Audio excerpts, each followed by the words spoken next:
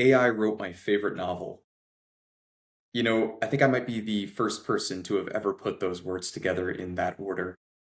Obviously, AI didn't write my favorite novel or any novel that I've ever even considered reading. But let's be honest, there's a lot of talk out there right now on the internet about the future of AI and specifically about the future of AI when it comes to writing novels, to art. And truthfully, there's a lot to consider. AI has proven it can do more than many of us expected in a variety of ways, but it also has some serious technical and philosophical limitations. So today, I want to take a look at 10 novels AI could never have written, and why. And for a bit of context, I'm going to start looking at each book through the lens of a limitation, and then also a great book that's connected to that limitation that I think is highly worth reading, that has risen above that very limitation in a way that AI is incapable of. And I believe probably always will be incapable of. Also, there's generally a deeper philosophical problem connected to each limitation. So I'll briefly mention that, but let's dive in with the first limitation here. Number one, AI has no true understanding. Now, this is connected to the famous Chinese room argument on syntax versus meaning that shows it's possible to use words correctly without actually knowing what they mean and how this connects to AI. We won't get too deep into that philosophical problem, but in the case of AI, it can reproduce the shape of themes, but it rarely even attempts to grapple with the themes in the way that humans do. Now, when we experience this, this makes AI feel, how should we say it, stunted. It's too accurate, it's too rigid, and it's too narrow. So it doesn't encompass the ambiguity and contradiction, which are really essential to the human experience as we know it, as we inhabit it, as we live it. And perhaps no work of fiction better truly understands that human experience than Anna Karenina by Leo Tolstoy. Honestly, the death of Ivan Ilyich really also captures this as well by really capturing the raw human experience of pain and loneliness underneath the surface that one must confront with when one has to confront questions of mortality and death and the end of life. So that other work by Leo Tolstoy is another one that I would also say definitely couldn't have been written by AI. But let's focus on Anna Karenina, because I think this really gives us some insight. Many people consider Anna Karenina the greatest novel ever written. And it doesn't just describe the world as a means to an end the way that AI would. It inhabits the complexities of love and society and countless other themes and really wrestles with them from the inside out. Now, the way Anna wrestles with the ramifications of her loveless marriage, for example, and spoiler alert, of her affair, the way Levin's spiritual struggle with existential doubt and nihilism and faith, or the unsettled ending. All of these are things that AI can't even imitate, much less produce originally. Maybe in the future, but at this point, it can't even imitate them. So the first book AI could never write is probably one nobody else could ever write except Tolstoy either.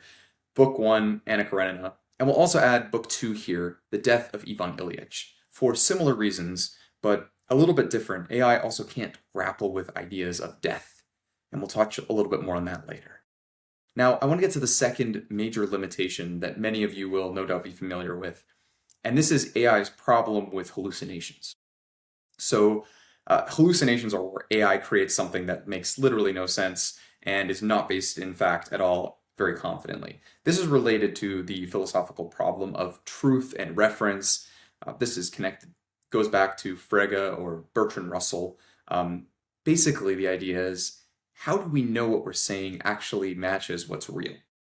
Now, as humans, this is still a problem we deal with, but we have some measure of uncertainty and hopefully humility to keep us in check, to keep this issue in check.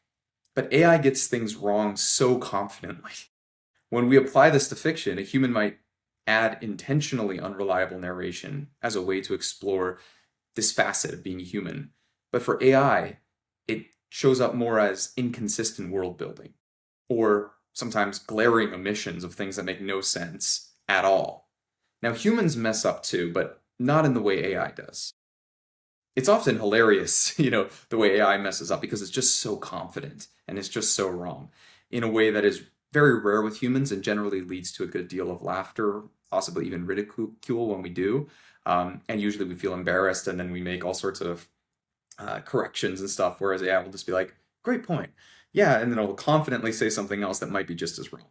Now, there are a lot of great books that hallucinate humanly, I guess, but the first book of fiction that really came to mind when I thought about hallucinations was Life of Pi by Canadian author Yann Martel.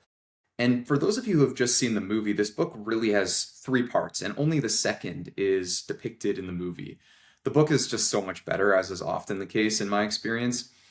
It's very philosophical. There's even a whole section dedicated to the exploration of dozens of different religions and philosophical systems and whatnot, but I digress. Life of Pi is not super accurate. It plays with truth and leaves you feeling unmoored and adrift at sea. I apologize for the pun at times, but the important thing is the way it does it. It does it intentionally. It's a part of the narrative. It's a part of the story. You're supposed to feel like this. It knows exactly what it's doing. AI does not, which is why the third book AI could never write is Life of Pi by Yann Martel. Now, there are many other limitations, but the third one that AI faces is one humans also face again, but we face it in a very different way. And this is weak causal reasoning.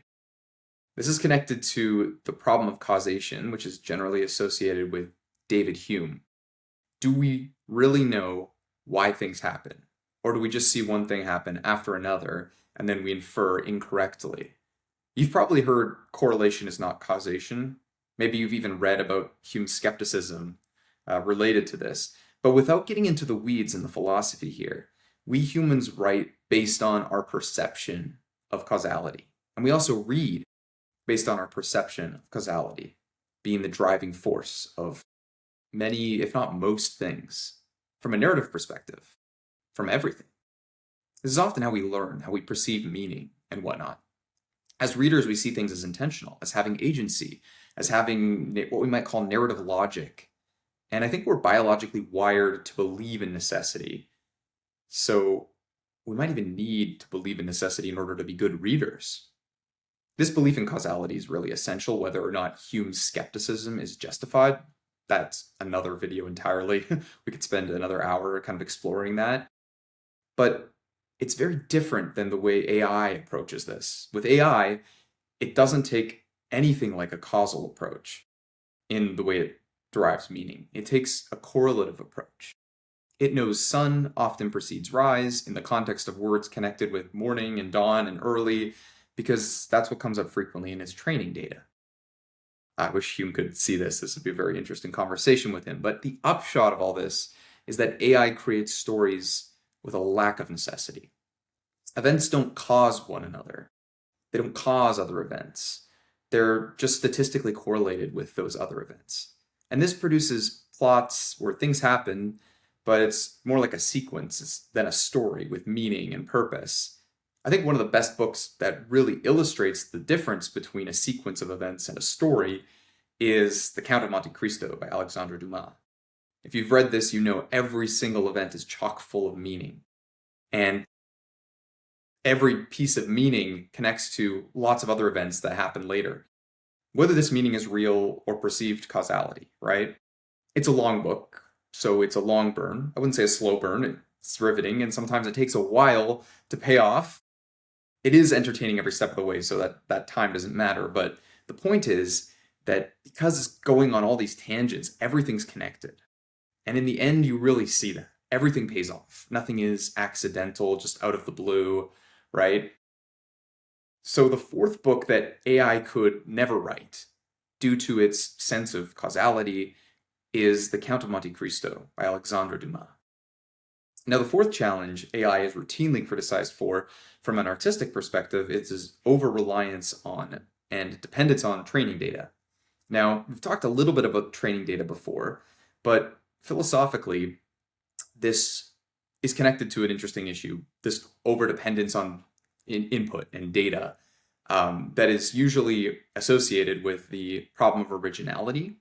Now, I came across this first with Immanuel Kant. I'm not sure if he's the original progenitor of this. I think he was kind of one of the first to really explore this. But the question is, can we ever create something truly new, or are we always just mixing old things together?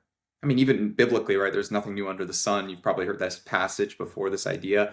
Well, there is a question amongst humans about this creativity mixing with experience and familiarity and knowledge, and all of this sometimes produces something, some je ne sais quoi, something more than just simple repurposing, right? So even if we don't know exactly where it comes from, creativity exists, but AI simply recombines what already is there.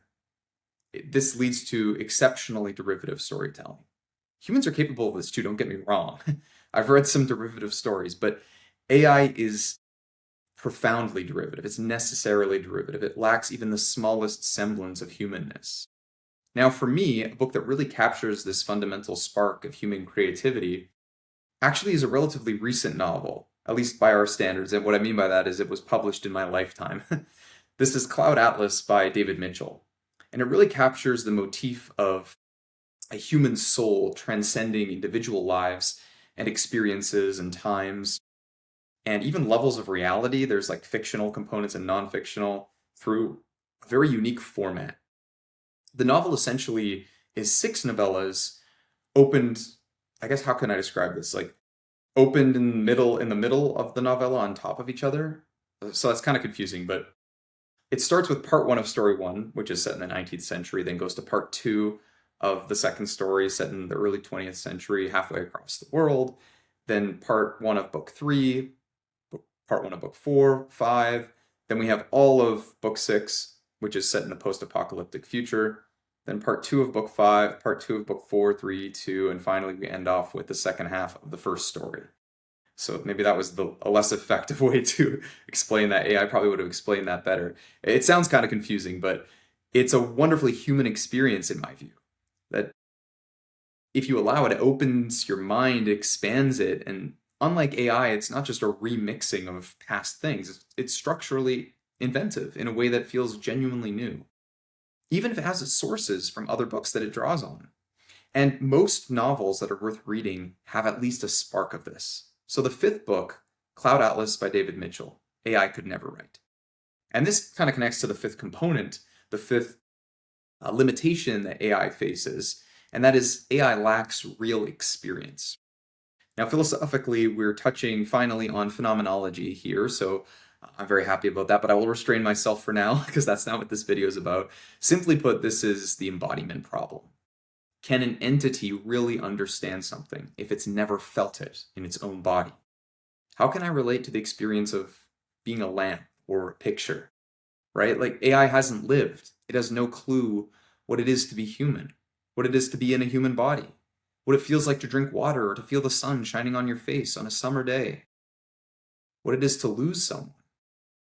And this leads to the emotional flatness that we really experience when we ask AI to write for us. It can describe things correctly, or at least there's no reason, sometimes it describes things correctly. There's no reason to assume that AI getting good information is an insurmountable technical problem for it to one day be able to do, but it can never describe experiences because it doesn't have them. The best it can do is read billions of books and try to draw a common denominator. But that's nothing like what we do as humans when we describe our experiences. Nothing at all. Take The Grapes of Wrath by John Steinbeck. This is an excellent novel. Brilliant. Beautiful.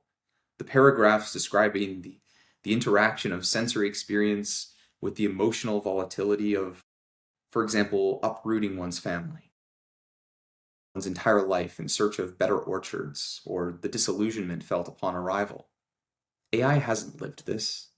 Steinbeck has. Even if not literally, he's drawing from a collection of moments and experiences and not a collection of perfectly crafted sentences that other writers have had, and he's, finding, syntactic kind of commonalities or looking for common denominators. And thank God he didn't do that, right? Because that would be a horrendous book.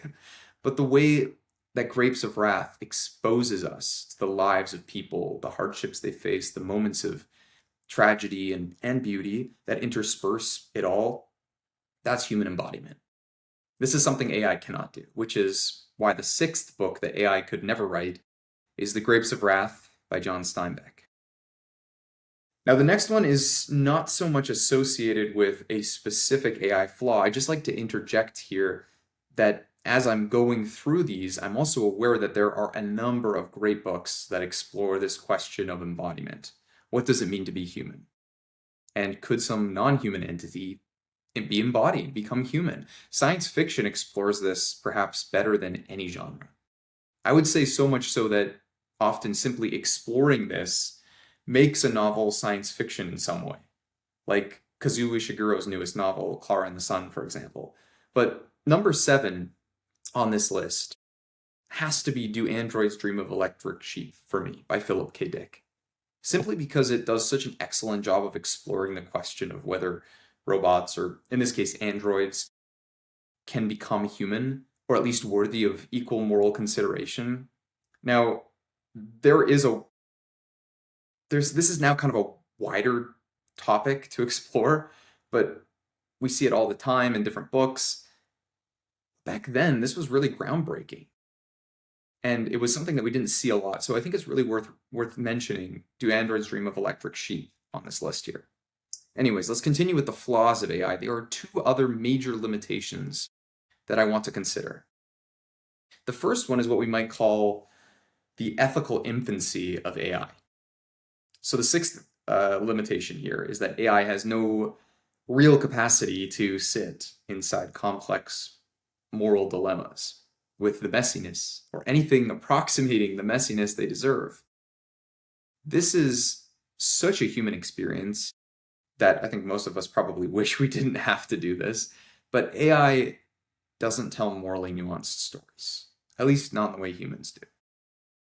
Take, for example, the writing of Dostoevsky, the way he probes into the dark recesses of the human psyche, or take the moral questioning and psychological realism of the brothers Karamazov as a more specific example. He explores questions related to the nature of evil, the existence of God, free will, meaning, purpose. These are questions AI has no problem imitating. Again, let's take the aggregate of all the stories that Dostoevsky ever told and create the ultimate AI story, right? Not a very compelling idea, is it?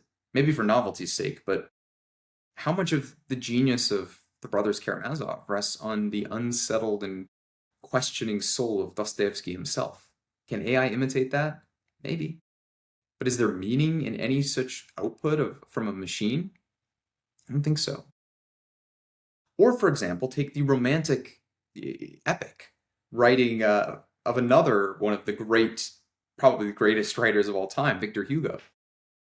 The way that he explores the complex interplay between different value systems, the large and small tragedies that emanate from human miscommunications and misunderstandings in Les Misérables, or how the differences of how different characters rank their values on a hierarchy lead to different types of confrontations, or forget about the big historic epic components and the confrontations between these great personalities. What about the small moments and the small people who fall through the cracks? Would AI be able to humanize them the way that Hugo does? Would AI write an Eponine or a Fantine? Would AI be able to do anything resembling the beauty of Les Misérables? Without a data set, AI would never think to explore the gray zone themes of life like the brothers Karamazov, which requires you to uncomfortably engage with the deepest religious and philosophical problems we know of, or to wrestle, like Les Misérables, with core human values like justice and mercy, which collide in ways that never fully resolve. AI could never create the moral complexity of the Karamazov brothers wrestling with one another's differences and character flaws and philosophical arguments, or with Jean Valjean and Javert's ethical and moral struggle for justice on the one hand and redemption on the other. AI cannot understand how or why humans struggle with conflicting values. The constant conflict and complex interplay between good and evil, for example, eludes it. That tension, that quintessentially human tension, requires something soulful, maybe we can call it, that AI simply doesn't have. And partly because of the embodiment problem, partly because of the moral infancy of AI, won't be able to. So, book number 8 and 9, I know I kind of splushed them all together there, but hopefully what I was saying came through. AI could never write The Brothers Karamazov by Dostoevsky or Les Misérables by Victor Hugo. Honestly, couldn't write anything by Dostoevsky or Hugo, or many of the other writers. Now, there are so many other books that come to mind when I think about this, genres, whole styles that are just so human, so quintessentially human that they, in my view, preclude AI from ever being a contender in that arena. Honestly, anything worth remembering, AI probably couldn't write. But as hard as it is to distill all of these down, I just want to take a look at one more today.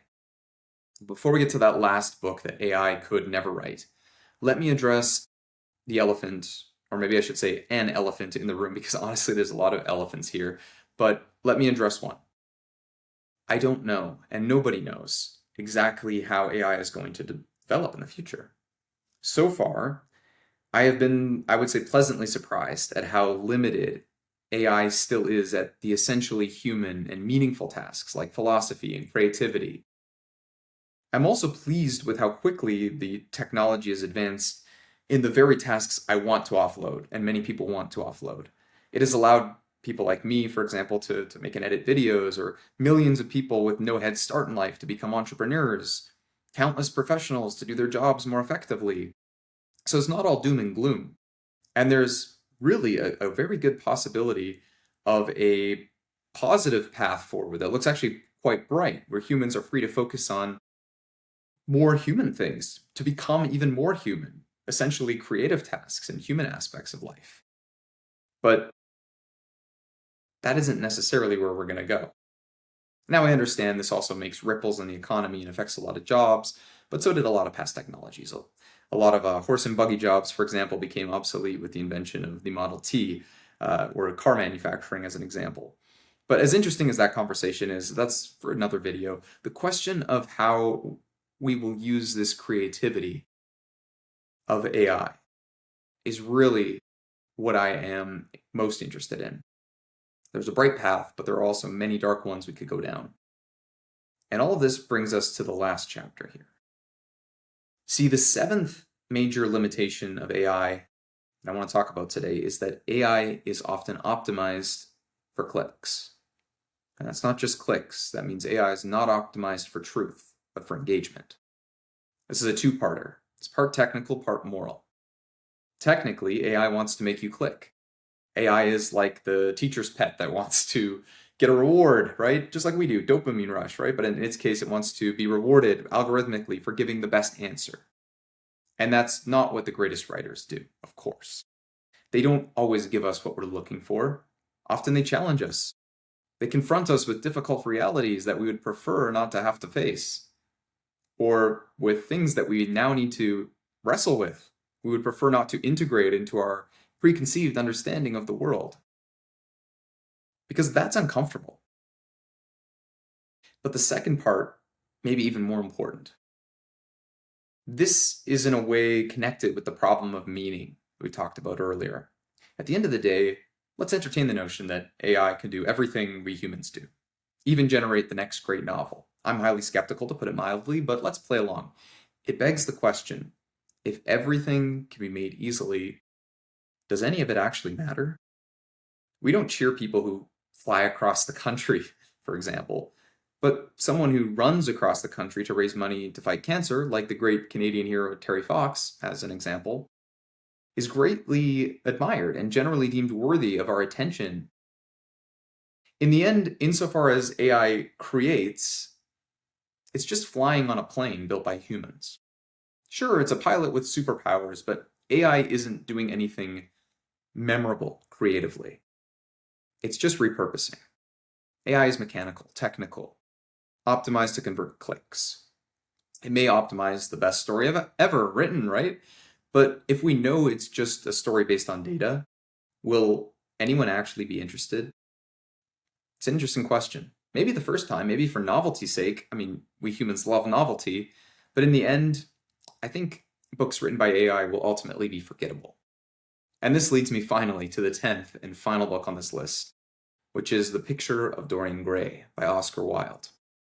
And this one is about what happens when beauty, outward beauty, manufactured beauty, beauty that doesn't have to be worked for, and is separated from moral depth, AI. It's about a story where we see a Faustian bargain, a picture that bears the weight of a man's age and sins while he remains perpetually youthful. We won't say what happens in the story, but he lives the life of luxury, the life of ease, terrifying and meaningless in the dark recesses that lay under the beautiful and impressive exterior. And this has an eerie resonance to me with one of the dark possibilities of AI. If we let it think for us, we very well might get to experience Dorian Gray's shallow triumph. Because when we divorce the soul from the body, or the output of the mind, from being human, we stop being human, even if it looks like we're succeeding on the outside. This is one heck of a book as well that AI could never have written. And it really explores themes and topics that I think are so useful to think about now that we're entering this age where we're asking these questions about AI. And one more thought before I let you go. Remember that AI will give you what it thinks you want. So if you're confused or directionless in life, then this is a dangerous technology. But on the other hand, if we're guided by the best within us, I think AI can enable us to offload the menial tasks and focus on the deepest things that make us even more human. And this is where reading, writing, and reflecting upon great literature becomes and will remain forever and always essential and essentially human. So the big question is, could AI write better than humans one day? I think the answer is, in some technical ways, it already can. And I have no problem believing it has a chance of surpassing most people in most areas of written output one day. I don't think it necessarily will, but there's a good possibility that it could. But I think that's also kind of besides the point. The more interesting question is, why do we read in the first place? And we are always coming back to this. From my view, we don't just read and write for empty or vapid reasons. I mean, sometimes we do. And some of us might do this more often than others. And maybe within that realm, an AI-generated book is fine, right? If you just want a low-quality book just because you want a story, but you don't really care about connecting with anything deeper, maybe it's fine. But generally, I imagine most of you here do not intend to do that you don't love literature and you don't want to read simply to pass the time. See, at a deeper level, humans are storytellers. We read and write to have a conversation with people across time, across different experiences, to understand where they're coming from and where we're coming from and where we're going. To think about what's happened and what could happen, and to grow into the future, to become more human. And AI can't do that for us. If we offload this grappling, this wrestling, this essential human element of thinking and engaging and struggling, we risk a lot, and we can lose a lot. And everything becomes bland and forgettable and derivative and deeply, uninspiringly, emotionally flat. And at the end of the day, we are unique humans. And only humans are capable of human and of spiritual growth. So ultimately, at the end of the day, those are 10 books that AI could never write, but there are thousands and thousands more wonderful and excellent works of literature AI could never write because it ultimately lacks a number of important things. But most importantly, AI lacks an understanding of what writing is, its essence, not on a technical level, although it might not understand it from the Chinese box experiment, right? But on an intuitive level, on a human level. And that's the only level that matters. That's the only level we really care about. And AI doesn't do much for us there. So thank you for watching. And I hope that you guys got something out of this video. The best way to support the channel, like, subscribe, hype this, recommend it, comment, all of that good stuff. It really goes a long way. And if you do want to support me financially, you can also do that either by, for the price of a coffee, becoming a member of the channel, which is just a way to support me, or joining my Substack, where there's lots more things that are going to be coming out in the future. So keep an eye out for that. We'll be putting out more in-depth content coming soon, possibly a book club very soon. So hope to see you guys over there. But in the meantime, go read, stay human, and God bless.